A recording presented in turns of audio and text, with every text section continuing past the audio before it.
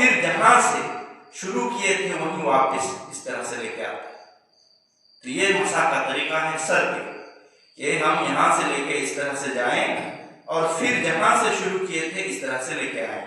کان کا مسح یہ شہادتوں والی انگلی سے اس طریقے سے اندرونی اور انگوٹھے کی انگلی سے اس طریقے سے باہر کے حصے میں مسح کریں. یہ دو انگلی سے اندر کا، کان کے اندر کا مسح کریں، اور یہ جو دو انگوٹھا ہے اس سے باہر کا اس طریقے سے مسح کریں. تو یہ مسح. اور گردن کے مسح کے حوالے سے جو اس طرح سے کی جاتی ہے کسی بھی حدیث سے ثابت نہیں ہے. اگر کوئی آدمی کوئی حدیث مجھے دکھا دے گا تو میں بھی عمل کروں گا، لیکن کوئی حدیث نہیں ہے گردن کے مسح کے حوالے سے. اور پھر جو ہے پاؤں دھونا ہے، اور پہلے دایاں پاؤں ٹخنوں سمیت، پھر بایاں پاؤں ٹخنوں سمیت دھونا ہے. اور ہاتھ اور پاؤں دھونے کے وقت میں اس بات کا خیال رکھنا ہے کہ جو ہے انگلیوں کے درمیان اس طرح سے خلال کیا جائے. پاؤں کی بھی انگلیاں اور ہاتھ کی بھی انگلیاں خلال کیا جائے، تاکہ بیچ میں کہیں بھی اس طرح سے نہ ہو کہ سوکھا رہ جائے. اس کے بعد وضو بن جاتی ہے. بسم اللہ کہہ کر کے وضو بنائیں گے، شروع کریں گے، اور اخیر میں اشہد ان لا الہ الا اللہ وحدہ لا شریک لہ واشہد ان محمدا عبدہ ورسولہ، یہ دعا پڑھیں گے. بعض لوگ یہ دعا پڑھتے ہوئے آسمان کی طرف اشارہ کرتے ہیں انگلی سے، صحیح نہیں ہے. یا اس طرح سے کئی چیزیں اس موقع پر انجام دی جاتی ہے جو حدیث سے ثابت نہیں ہے. اس کے بعد اللہ رب العالمین نے بنی اسرائیل کا تذکرہ فرمایا ہے، اور پھر اللہ رب العالمین نے اہل ایمان سے یہ خطاب کیا ہے کہ اللہ رب العالمین کے ہاں وسیلہ مانگا جائے. یا ایھا الذین آمنوا اتقوا اللہ وابتغوا الیہ الوسیلہ، کہ اے ایمان والو اللہ سے ڈرو اور وسیلہ پکڑو، وسیلہ تلاش کرو. تو یہ بہت بڑا مسئلہ ہے وسیلے کا، کہ وسیلہ یہ بھی کہا جاتا ہے کہ اہل حدیث وسیلہ نہیں مانتے. تو وسیلہ کا کیا مطلب ہے؟ وسیلہ کا مطلب ہے ذریعہ. تو اللہ تبارک و تعالیٰ نے یہاں یہ بیان کیا ہے کہ ایمان والو اللہ سے ڈرو، وابتغوا الیہ الوسیلہ، اور اسی کی طرف وسیلہ پکڑو اور وسیلہ تلاش کرو. وسیلہ کا معنی ہے ذریعہ. تو بات یہ ہے کہ کیا ایسا ہے کہ وسیلہ لیا جا سکتا ہے، یا یہ ایسا ہے کہ وسیلہ نہیں لیا جا سکتا؟ تو ہمارا جو موقف ہے کہ قرآن و سنت میں جو وسیلے بیان کیے گئے ہیں اور جو وسیلے قرآن و سنت سے ثابت ہیں وہ وسیلہ پکڑا جائے، اور جو وسیلے قرآن و سنت سے ثابت نہیں ہیں ان وسیلوں کو نہ پکڑا جائے. اور وسیلوں کے حوالے سے یاد رکھیے کہ 3 قسم کے وسیلے ایسے ہیں جو جائز ہیں اور وسیلہ تلاش کرنا چاہیے، اور تینوں کے علاوہ کوئی بھی دنیا میں کوئی بھی چیز ہو وسیلہ تلاش نہیں کیا جا سکتا. سارے بدعت و خرافات ہیں. تو سب سے پہلی چیز کیا ہے کہ اللہ رب العالمین کے ناموں سے وسیلہ. وَلِلَّهِ الْأَسْمَاءُ الْحُسْنَى فَادْعُوا بِهَا. اللہ رب العالمین نے خود قرآن مجید کے اندر کہا ہے کہ اللہ کے اچھے نام ہیں، اس کے ذریعے سے دعا کرو. اللہ رب العالمین کے اچھے نام ہیں، فَادْعُوا بِهَا، اس کے ذریعے سے، اس کے وسیلے سے اللہ رب العالمین سے مانگو، دعا کرو. تو یہاں پہلی چیز کیا ثابت ہو گئی قرآن مجید سے کہ ہم جب اللہ رب العالمین سے مانگیں گے تو اللہ رب العالمین کے نام کا وسیلہ بنائیں گے. جیسے ہمیں پریشانی ہو گئی ہے، ہمیں تکلیف ہو گئی ہے، یا مصیبتوں سے گھرے ہوئے ہیں ہم، تو اللہ رب العالمین سے کہیں اللہ تو غفور الرحیم. غفور کس کا نام ہے؟ اللہ رب العالمین کا. رحیم کس کا نام ہے؟ اللہ رب العالمین کا. اور غفور کا معنی ہے بخشنے والا، رحیم کا معنی ہے رحم کرنے والا. تو اس کا مطلب کیا ہو گیا کہ ہم اس کے غفوریت کا اور اس کے رحیمیت کا جو ہے وسیلہ لے رہے ہیں. اللہ تو غفور رحیم ہے، میرے اوپر جو ہے رحم فرما. اللہ تو رحمان الرحیم ہے، مجھ پر مہربانی فرما. اس طرح سے اللہ رب العالمین ہی کے نام سے وسیلہ بنا رہے ہیں. اللہ تو ہی تو ہے جو انسانوں کو معاف کرنے والا ہے، تو ہی غفور رحیم ہے، تو مجھے بھی معاف کر. تو اس طرح سے وسیلہ اللہ رب العالمین کے نام کا لیا جا سکتا ہے اور لینا چاہیے. دوسرا وسیلہ کہ اپنے ہی نیک اعمال کا وسیلہ. اپنے ہی نیک اعمال کا وسیلہ کیا ہے وہ؟ مثلا ہم نے کوئی اچھا کام کیا تھا اللہ کو خوش کرنے کے لیے، تو کبھی ہم پھنس گئے مصیبت میں، تکلیفوں میں، کوئی بھی اس طرح کی چیزوں میں، تو اللہ رب العالمین سے ہم مانگے اے اللہ فلاں دن فلاں کام صرف تیرے لیے کیا تھا، تجھے خوش کرنے کے لیے کیا تھا. اللہ آج میں مصیبتوں سے پھنسا ہوا ہوں، لہذا اس عبادت کے وسیلے سے تو ہماری ابھی پریشانی کو ٹال دے. اس طرح کے وسیلہ لیا جا سکتا ہے. اور اس کی دلیل کیا ہے؟ صحیح بخاری کے اندر بنی اسرائیل کا ایک قصہ واقعہ بیان کیا گیا ہے کہ 3 آدمی تھے اور وہ کہیں پہ جا رہے تھے، سفر میں تھے، اور اچانک سے تیز تند ہوا آتی ہے اور آنے کی وجہ سے یا بارش آتی ہے تو وہ لوگ ایک غار میں چھپ جاتے ہیں. ہو سکتا ہے واقعہ آپ نے سنا ہوگا. تو غار میں چھپ جاتے ہیں وہ تینوں، اور چھپنے کے بعد ہوتا یہ ہے کہ بہت بڑا چٹان پتھر لڑک کر کے غار میں لگ جاتا ہے، غار کے منہ میں آ جاتا ہے، اور تینوں اندر پھنس جاتے ہیں اور باہر آنے کی کوئی گنجائش نہیں ہوتی ہے. بڑا چٹان ہے، 3 آدمی کی طاقت نہیں کہ اس کو ہلا سکے. تو وہ تینوں کیا کرتے ہیں؟ اپنے اپنی زندگی کے نیک اعمال کو یاد کرتے ہیں اور انہی نیک اعمال کا وسیلہ اور ذریعہ لیتے ہوئے اللہ رب العالمین سے دعا کرتے ہیں اللہ فلاں کام میں نے تیرے لیے کیا تھا، اگر واقعتاً تیرے لیے کیا تھا تو یہ پتھر کو ہم سے دور کر دے، پتھر کو کھسکا دے، ہٹا دے تاکہ ہم باہر جا سکیں. ایک نے کہا تھا کہ ماں باپ کی خدمت، وہ واقعہ بھی بہت بڑا ہے، ہمارا ٹائم مطلب زیادہ اجازت نہیں دیتا ہے. ایک نے کہا تھا کہ وہ ماں باپ کی خدمت گزار ہے اور ماں باپ کی خدمت اور نیکی اللہ کو خوش کرنے کے لیے کرتا تھا، اور اس نے وہی چیز کا وسیلہ لیا. دوسرے آدمی نے ایک چچیری بہن سے وہ بہت زیادہ محبت کرتا تھا اور اس سے بدکاری کرنے کی بھی خواہش رکھتا تھا، لیکن عین وقت میں وہ مصیبت میں پھنس جاتی ہے. اس کی چچیری بہن اس سے جو ہے پیسے قرض لیتی ہے اور پھر یہ آدمی اسی شرط کے ساتھ جو ہے قرض دینے پر آمادہ ہوتا ہے کہ تو مجھ سے بدکاری کرے گی تو میں تمہیں پیسہ دوں گا. تو وہ مجبوری اتنی تھی کہ وہ راضی ہو جاتی ہے اور پیسے بھی لے لیتی ہے. آخری وقت میں جب وقت بھی قریب آ جاتا ہے ان کی بدکاری کا، تو اس وقت وہ لڑکی جو ہے اس کو ڈراتی ہے کہ اللہ سے تو ڈر، اللہ کا خوف کر اور مجھ سے اس طرح کے بدکاری نہ کر. تو وہ آدمی واقعتاً اللہ رب العالمین سے ڈر جاتا ہے اور ڈر کر کے وہ کام چھوڑ دیتا ہے اور صحیح زندگی گزارتا ہے.